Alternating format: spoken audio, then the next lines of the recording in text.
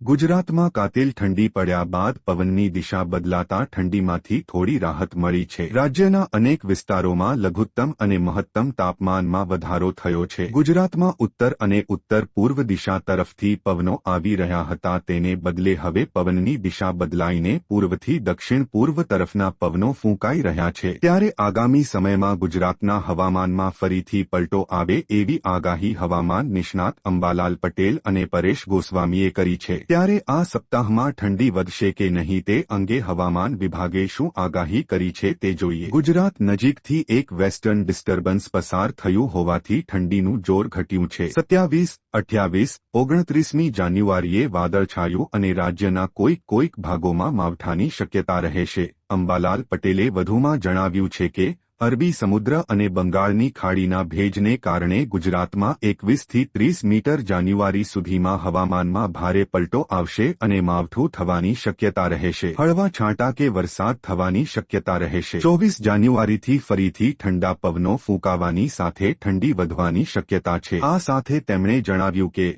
પોષ માસમાં હિમ પડે તો આવતું વર્ષ સારું રહે। જાન્યુઆરી અંત અને ફેબ્રુઆરીની શરૂઆતમાં હાડ થીજવતી ઠંડી પડશે। જૂનાગઢ જિલ્લાના જંગલીય વિસ્તારો છે, ત્યાં પણ મિત્રો ઝાપટા અને માવઠાની સિસ્ટમ બની શકે। તેની સાથે પોરબંદર જિલ્લામાં કુતિયાણાના વિસ્તારોથી લઈને કદાચ કેશોદ, માંગરોળ, ઉપલેટા અને ઉપર મિત્રો રાજકોટ જિલ્લો કનેક્ટ કરીએ તો રાજકોટની અંદર ગોંડલ, ધોરાજીના વિસ્તારો, જેતપુર, ઉપલેટા, શાપર, વેરાવળ, સરદાર, લાગુના વિસ્તારો સુધી જે છે તે મિત્રો વાદળો ફેલાઈ રહ્યા છે, જેને લઈને આ વિસ્તારમાં આપણને આગળ આવનારા દિવસોની અંદર એક વરસાદી સિસ્ટમ બનતી જોવા મળી શકે।